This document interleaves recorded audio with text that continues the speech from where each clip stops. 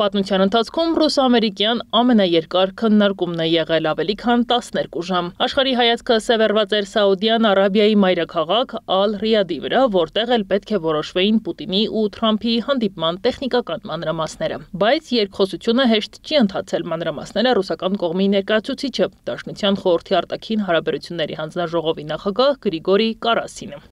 Հագեցած բարդ երկխոսություններ, բայց միանգամայն օգտակար թե մեր, թե ամերիկացիների համար։ Բազմաթիվ խնդիրներ են քննարկվել։ Իհարկե ոչ բոլոր հարցերի վերաբերյալ է համաձայնություն ձեռք բերվել, բայց այն, որ այսպիսի խոսակցություն եղավ, ինձ թվում է շատ ժամանակին է, հաշվի առնելով թե նոր վարչակազմը, թե փորձագիտական խմբերում նոր քաղաքական գործիչների առկայությունը։ Կողմերը խաղաղության են ձգտում, բայց երկու կողմից էլ զոհերի անվանացուցակները շարունակում են ընդլայնվել։ Անգամ լրագրողական խումբ է հայտնվել կրակի տակ։ Իզվեստիա թերթի թղթակից Ալեքսանդր Ֆեդորչակը զոհվել է հատուկ ռազմական գործողության տարածքում։ Նրա հետ կրակի գոտում եղել է Զվիզդա հեռուստաալիքի օպերատոր Անդրեյ Պանովը եւ նկարահանող խմբի վարորդ Ալեքսանդր Սիրկելին, որոնք նույնպես մահացել են։ Կրեմլում կատարվածը սպանություն են որակել։ Կրակը թիրախային է եղել, նրանց հատուկ ցանկացել են սպանել։ Կիևի ռեժիմը շարունակում է իր չարագործությունները լրագրողների նկատմամբ, մարդկանց, որոնց ձեռքին զենք չի եղել եւ չկա։ Դա Կիևի ռեժիմի էությունն է եւ եւս մեկ անգամ հաստատում է մեր հատուկ ռազմական գործողության իրավացիությունը։ Վերադառնալով Ալ-Ռիադի բանակցություններին,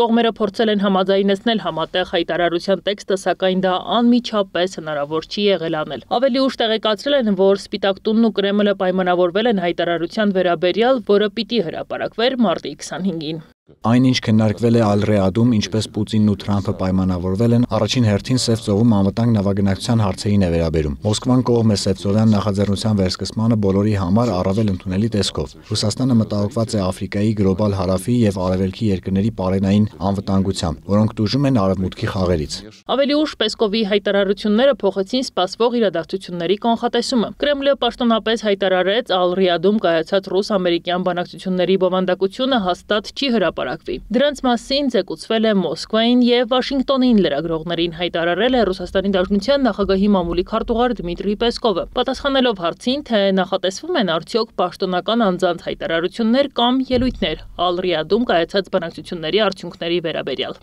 Հասկանում եք, խոսքն արդեն տեխնիկական բանակցությունների մասին է, սրանք մանրամասների մեջ խորացված բանակցություններ են, ուստի տեխնիկական բանակցությունների բովանդակությունը հաստատ չի հրապարակվելու, պետք չէ սպասել։ Սա մեկ, իսկ երկրորդը հիմա մայրաքաղաքում զեկույցները վերլուծվում են, եւ միայն դրանից հետո հնարավոր կլինի խոսել ինչ-որ ըմբռնումների մասին։ Ավելի հստակ Պեսկովն ասում է, որ կա ըմբռնում, որ շփումները շարունակվելու են, բայց հստակություն դեռ չկա։ Վաշինգտոնի վարչակազմն իր հերթին դրական է գնահատել Սաուդյան Արաբիայում Ռուսաստանի եւ Ուկրաինայի ներկայացուցիչների հետ բանակցությունները։ Նանե Հայրապետյան, Գեղամ Ղազարյան, ABC Media։